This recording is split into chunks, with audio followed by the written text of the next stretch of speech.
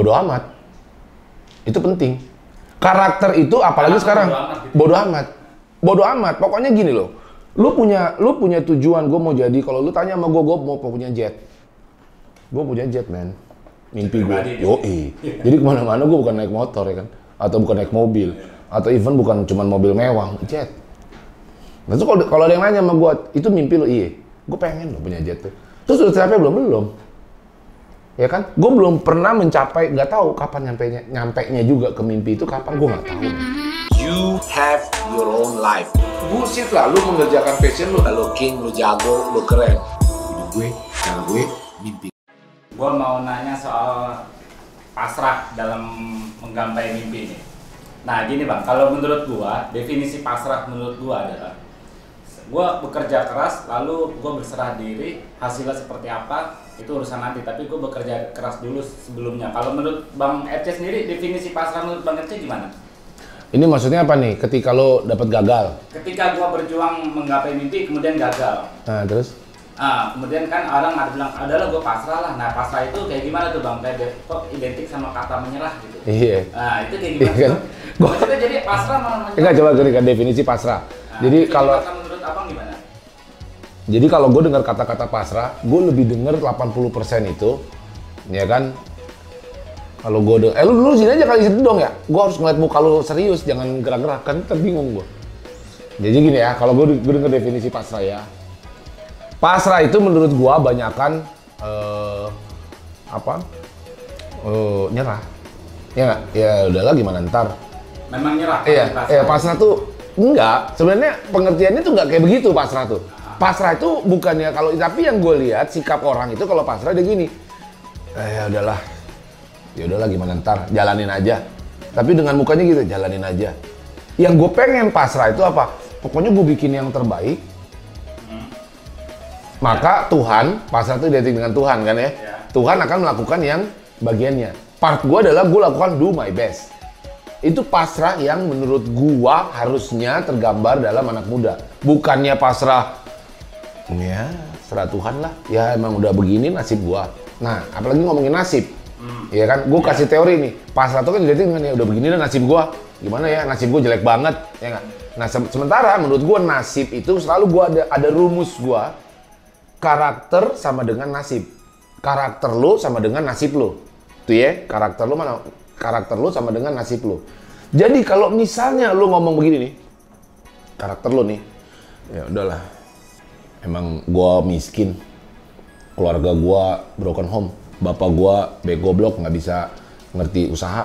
Gua bukan dari keluarga pengusaha. Lu enak, dia enak ya, orang kaya. Nah lu kan karakter lu nggak betul, muka lu gini. Cara lu fisik lu ngerendah begini, ya nggak heran. Karena karakter itu menggambarkan nasib lu, ya nggak heran nasib lu. Begitu deh. Ya nggak? Tapi iya dong. Tapi kalau misalnya karakter lu bilang gini, enggak lah, bapak gua boleh begini. Sekarang kan kita banyak banget cerita. Orang sukses itu datang dari keluarga nothing, ya kan? Semuanya lah, presiden kita juga begitu, ya kan? Gue bukan lagi ngomong politik ya, cuma presiden kita juga bukan dari datang terah kerajaan atau gimana, tapi dia bisa kaya gitu loh, dia bisa sukses dalam hidupnya. Banyak lah contoh-contoh kita, lu bisa cari di internet. Orang yang nggak datang dari siapa-siapa, and then dia bisa do something dan dia menjadi orang yang fenomenal dan bagus. So pasrah itu menurut gue banyakan yang pengertian pasrah itu harus diganti. Definisi pasrah adalah I will do my best and God do the rest. Ya kan, God do the rest, karena kita orang beragama, men. Indonesia itu orang beragama, mau lu agama Islam, Kristen, Hindu, Buddha apapun, God will do the rest.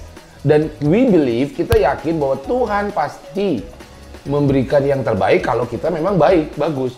Nah ini kita belum do my best. Maksud gue do my best tuh apa ya? Do my best tuh, gedor terus bos, tabrak terus, gitu loh. Nabrak tuh bisa berapa kali bang? Bisa 10 kali, bisa 1000 kali, bisa 1 tahun, bisa 5 tahun, bisa 10, whatever it is. Pokoknya tabrak terus. Miracle happens. Makanya karakter lu adalah nasib lu. Ketika karakter lu bekerja keras terus, tabrak terus, tabrak, miracle happens. Oke. Bang, gue mau nanya bang, tadi kan abang sempat nyinggung karakter untuk merubah nasib. Nah, hal fundamental apa yang harus kita miliki dalam setiap karakter manusia. Bodoh amat. Itu penting. Karakter itu apalagi sekarang bodoh amat. Bodoh amat. Pokoknya gini loh. Lu punya tujuan, gue mau jadi, kalau lu tanya sama gue mau punya jet. Gue punya jet, men. Mimpi gue. Yoi. Jadi kemana-mana gue bukan naik motor ya kan. Atau bukan naik mobil. Atau even bukan cuma mobil mewah, jet. Terus kalau ada yang nanya sama gue, itu mimpi lu? Iya. Gue pengen lo punya jet tuh. Terus udah tercapai belum? Belum. Ya kan? Gue belum pernah mencapai, nggak tahu kapan nyampe-nya juga ke mimpi itu kapan, gue nggak tahu, men. Tadi apa pertanyaan lo? Hal fundamental apa yang harus kita miliki Bodoh amat. dalam hal karakter? Ketika lu berani mengatakan bodoh amat, ketika lu punya sikap bodoh amat sama omongan orang, sama pendapat orang, ya kan, pendapat yang nyinyirin lu, pendapat yang sok tahu, lu tau nggak banyak orang yang sok tahu tuh, ya kan? Terus seolah-olah lu idolakan satu Elon Musk, sekarang kan lagi tren tuh Tesla, lu mengidolakan dia, terus lu mau meniru dia tuh dengan menjadi seperti dia, ya nggak bisa, ya kan? Ya kan? Lu harus nih, gue suka apa? Misalnya kesukaan orang, gue pengen traveling ke seluruh dunia. Ya.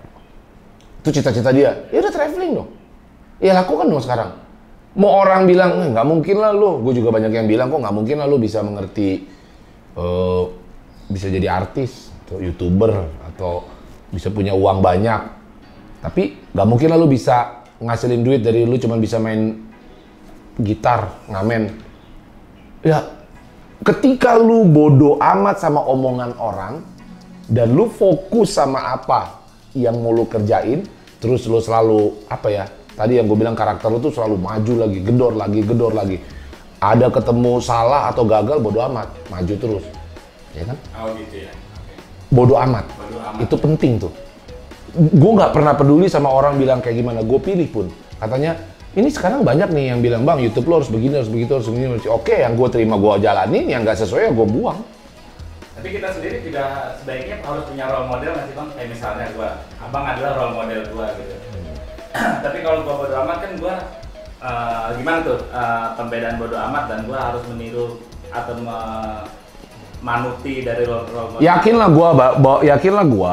Yakinlah gue orang-orang yang menjalankan bekerja nggak happy itu karena dia bekerja sesuai dengan lingkungannya. Jadi gini loh maksud gue, orang tuanya pengen dia jadi pegawai, orang tuanya nggak mau dia begini, atau lingkungannya bilang lu nggak mungkin bisa bos jadi artis, atau lu nggak mungkin bisa bos jadi dokter. Orang kan punya masing-masing kekuatan masing-masing, ya kan? Adalah tugas dia sesuai, kalau kata slogan gue, hidup gue, cara gue, mimpi gue. Buat gue, hidup itu kalau lo mau sukses, tugas lo adalah mengetahui persis apa strength lo dan apa weakness lo. Oke? Ada, gua disuruh ngomong begini nih, ya kan, lu udah kerja sama gua tuh ya. Gua disuruh ngomong begini bisa berapa jam tuh, lu tau sendiri dok. Ya kan, nggak berhenti gue. Ya kan? Terus mata gua bersinar-sinar kalau ngomong. Coba lu abis dari sini lu bilang, bang bikin dulu satu paragraf puisi. Hah? Ya, gak akan bisa sampai bentok, sampai bongkok, capek gue rasanya nulis-nulis. Ya kan, karena strength gue mungkin, dan gue sadari strength gue adalah berbicara, men. Ya, dan gue tahu weakness gue adalah menulis, ya gue penuhi orang-orang, kalau memang gue butuh tulisan, ya gue penuhi sekitar gue dengan orang-orang yang nutupin weakness gue. Jadi daripada gue ngikutin kata orang, udah lah, lu sebagai seorang YouTuber, lu juga motivator, ya kan katanya, atau lu mau ini, ya lu harus bisa belajar nulis, bang. Enggak, gue nggak gitu. Gue perkuat strength gue, dan gue penuhi lah sekalian gue dengan weakness orang-orang yang menutupi weakness gue. Nih, saling melengkapi, berkolaborasi. Gue tuh juga manajemennya tuh kurang, ya kan, lupaan gue, ya lu tahu dong, ya kan, baru dikasih tahu kemarin ada meeting jam 2 ya. Toto pagi ini udah lupa, ya kan? Nah harus ada tuh. Nah makanya gue lengkapi dengan tools, aplikasi apa kek gue pakai. Oh ini begini, atau ada staff gue yang ngingetin.